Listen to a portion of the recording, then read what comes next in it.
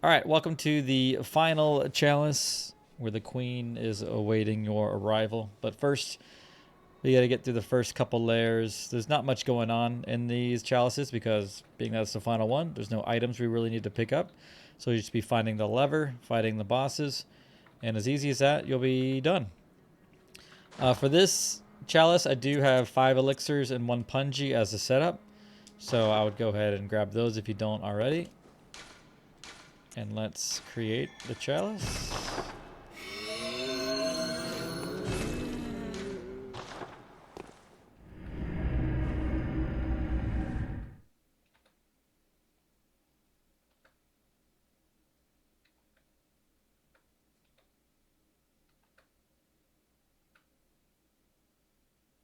Yeah, even though there's not much to do, just grabbing levers and fighting bosses, it's quite a gauntlet of bosses to end the run on.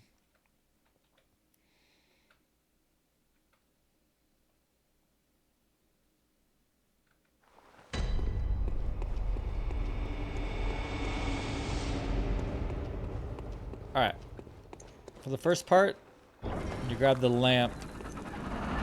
Just be careful, there is a trap through one of the doorways. We're going to open this door and go straight to the right, but we're going to stop before we cross through. Don't go through the middle because that trap will shoot at you because you could just, that would have just spiked you right in the face. Come over here, get ready for an elixir.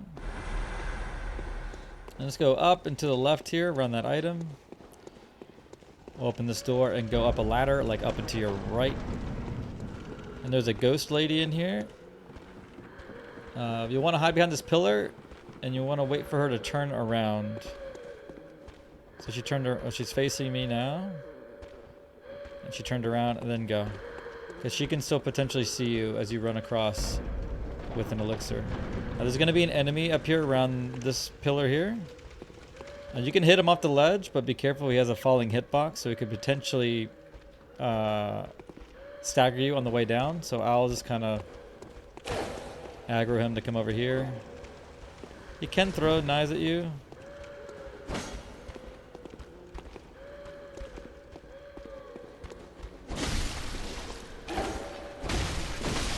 Alright. So do what you want there. Just be careful if you do throw him off the ledge that he can potentially stagger. We'll go to this room here on the right. We'll pull this watcher out of the lever room.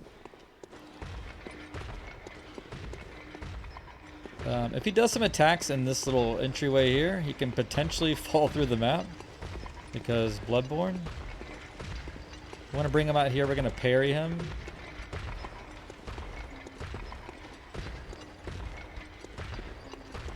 If he does any moves. And then just run by him.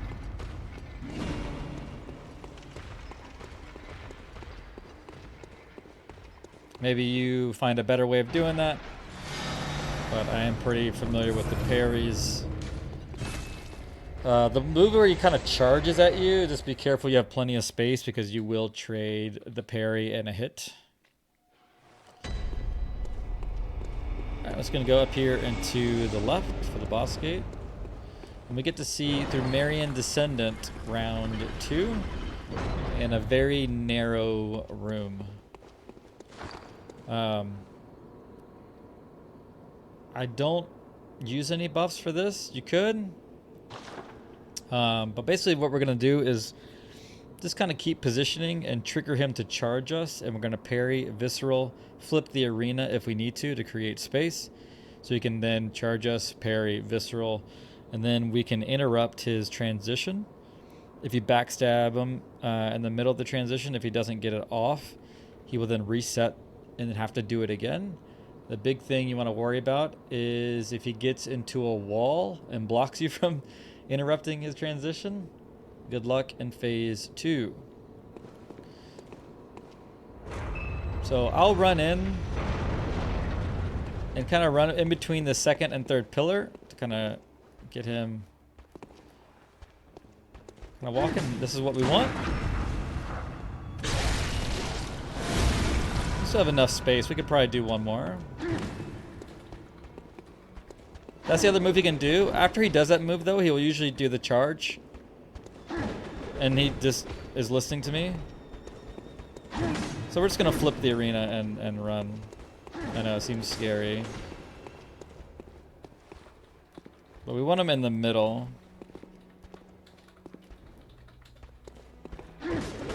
That can go through walls, so be careful. So we like that. That's 2 parries. When you go for the transition, you don't want to like run too close to him because he can hit you before he transitions.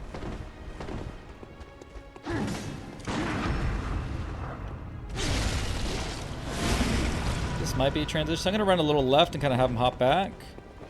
There we go. So we got that off. Dash in for an L1. Just kind of run.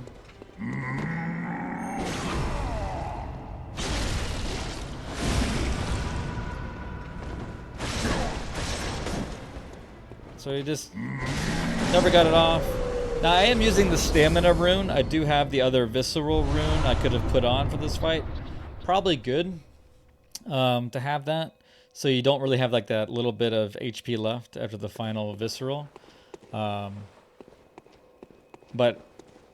I have the stamina rune on mainly for the next fight, but you can go back to the dream and cycle them out. No big deal. So that's layer 1. That is the... I would consider pretty safe. You also kind of have to mess with it when you start charging in. You'll get the timing right on getting him to jump backwards instead of attacking you right away. I kind of like went more on his like left side and kind of hovered around there and then took off towards him. Here, you want to go up the stairs and go to the left and drop down. I know I kind of changed my thought real quick there. But you'll want to work on that timing, because if you don't get there in time, you won't be able to interrupt his transition. You know, it is a bit tricky to cycle it like that.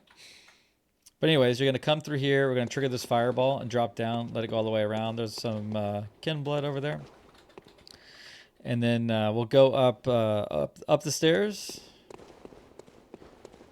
And there's an enemy here behind this wall, behind this pillar. You kind of see him sticking out, so don't just come running up here thinking you're safe. Just come up here and kill him. Ritual Blood 5s you can sell. We are going to try to, we are going to level up Arcane 9 levels to use Beast Roar in the final, for the final boss. Alright, so go through the doorway, go to the right.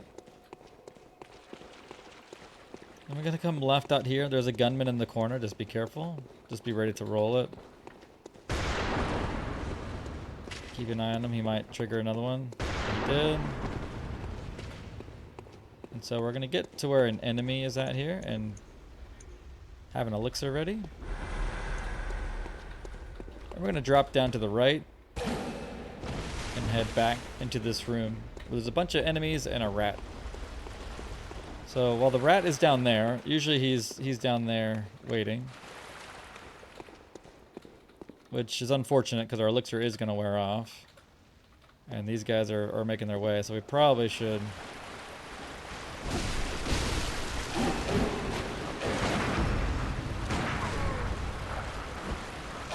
Yeah, that wasn't smart. But mess with this room. The rat didn't go for the punji, which is fantastic. We're just going to pop another elixir. We can get another one later.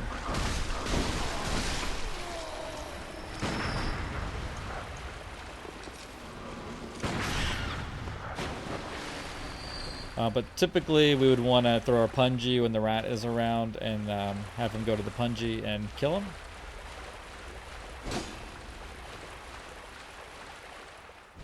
Here, if you have throwing knives, or you can just blood bullet, shoot these guys.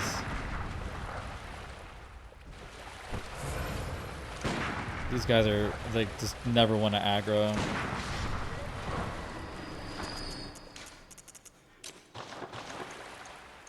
It is a bit of an annoying room.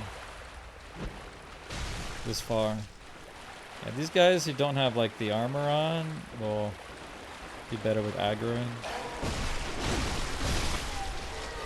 You could use a fire paper if you want, do some more damage on these guys, but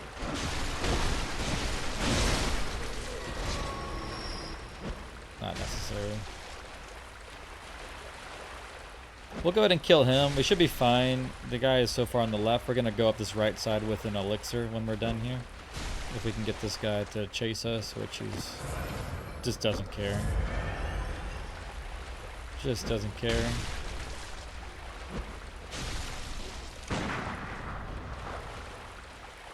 Yeah, these guys are annoying. There we go. Alright. So we'll use an elixir.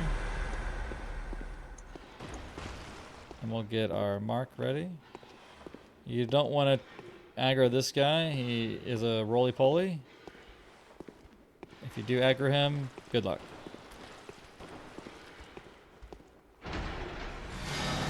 May the odds be in your favor.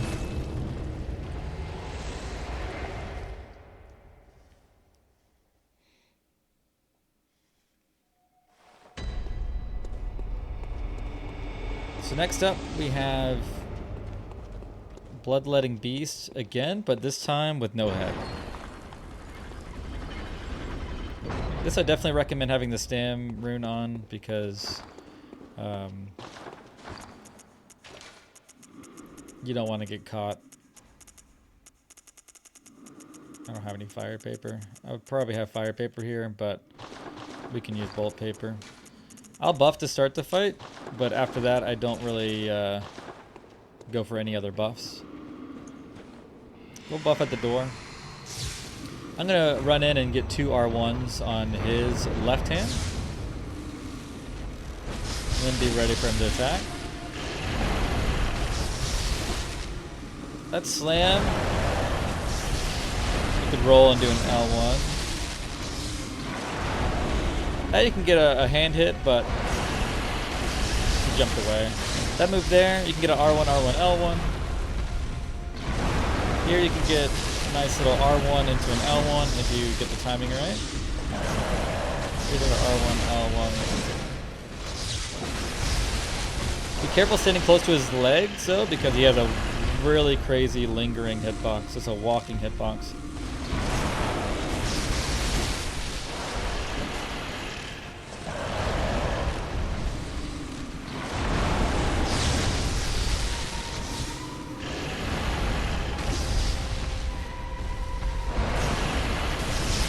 You can walk under that attack, but I just always roll it just to be safe. That slam there, you can try and go for a head shot or a headless shot. He's just kind of healing his limbs. So he's going to step back into the transition. You can interrupt his transition if you break his limbs in the middle of it. For the worm phase, we kind of just did another transition, so that was kind of nice. Just don't stand in front of him.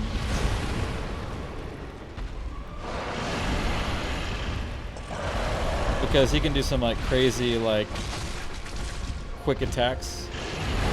Punish that on this side. The camera becomes your enemy in this fight mostly.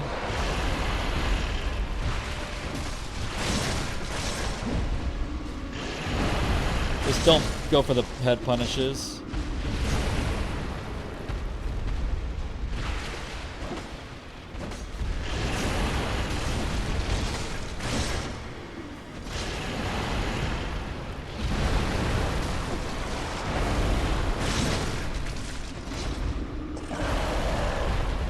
And you'll be pretty safe if you don't go for if you don't go near his head. There you go. It takes a lot of work. You pretty much have to fight him straight up. But I always kind of stay my left, his right. You can be more in front of him, trying to punish the head. You can get some body staggers on him, break the limbs. Again, if you break one of his arms, like during transition, he will retransition, but he will always do that big step jump back move. He will always do that before he transitions. So when you get his HP in the like halfway, always expect a big step back, and then he will transition. And when you interrupt him, again, he'll reset, step back, transition again. That way you can kind of like be more ready for it. And not like, oh, we're at the threshold, he's going to transition, I should go and punish. No, you will get stomped. I'm going to recover one of the elixirs we used in the last layer's lever.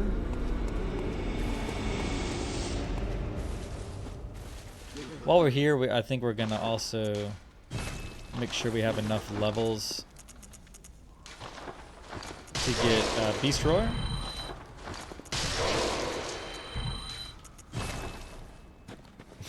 Canceled it out.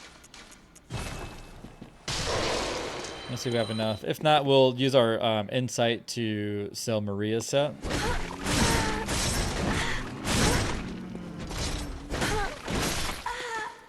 So we do need 15 arcane. Perfect. Got plenty. And we just need one pellet. Oh, we do use... Bone Marrow Ash is more... We don't use it. Where's Beast Roar? Nah, we don't need Bone Marrow Ash. I mean, you could use it, but I'm not going to. Mainly because we're not going for a Bone Marrow Ash strat. Oh, we still got to do the layer anyways, so I got to get my elixirs on.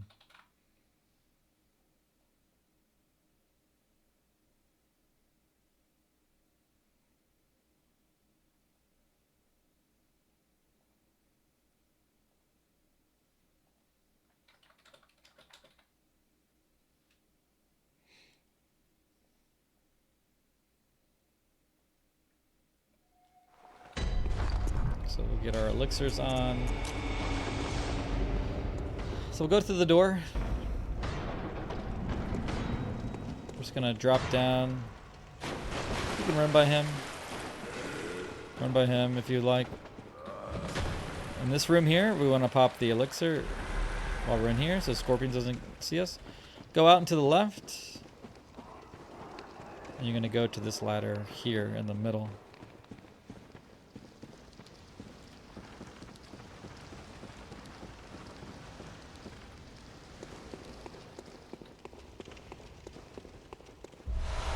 Across the bridge, go ahead and just kill this enemy. It's a similar looking room to our very first chalice with the lever, but no maidens. We're just gonna come over here and elixir one more time. And there's no enemy behind or in this corner here.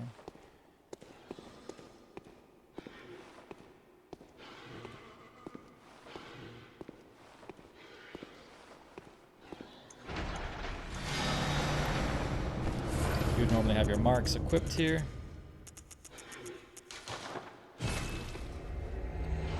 I was a bit ahead of myself. All right, so the final boss, Queen Yharnam. I was messing around with this and discovered. Well, if you're not familiar with the fight, there's a baby cry that will happen, and it's like an AOE stagger, which then she can kind of like punish you. And my thought process was it must be kind of like an aura, because there are times, you know, you can kind of run away from it. If you're too close, you get staggered. So I'm like, well, what happens if I time a Beast Roar when she starts a baby cry? If it would push that aura with her and doesn't stagger me. And it does. And so we basically will kind of punish her, avoid the baby cry. So you can't just go in guns blazing. You kind of have to be cautious. Like, do some hits, Beast Roar. Do some hits, Beast Roar, even if the baby isn't crying. Basically, what we're going to do is try to set up her first transition, which, by the way, Beast Roar will get hyper armored on her transitions and her teleports. So you can't just keep looping her with Beast Roar. So you want to be mindful of when she can transition. So the first transition, we're gonna our goal is to backstab her. The timing's a little odd, but we'll try to backstab her. Our goal is then to push her, do enough damage, and push her to the next transition without teleporting. Because like the Thumerian Descendant, if you interrupt her transition, you can keep her looped. And that is the main goal of this fight. I'll buff at the door. We'll run in and do an R1 Beast Roar. This baby scream or baby cry is scripted at the beginning. But you'll kind of see how it works right away. Well,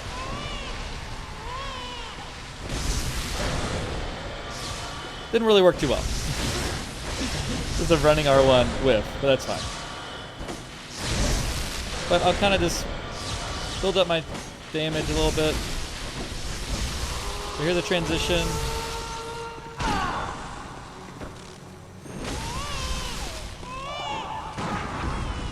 That's fine. We can do that. So we're probably at transition now. So she is. Oh no, we definitely are now. That's the move she does when she's wanting to transition. So she'll go into a transition here. Just, all you got to do is worry about the baby cry here. So sometimes instead of I'll just kind of do extended backstabs and back off depending on the baby cry. I won't take the visceral if I think the timing is going to be bad. Overall, that went really well, even though we missed the backstab, missed the opening, but you kind of see the idea. Just mess with that if you are looking to do that. And that concludes the chalices. We have reached the end.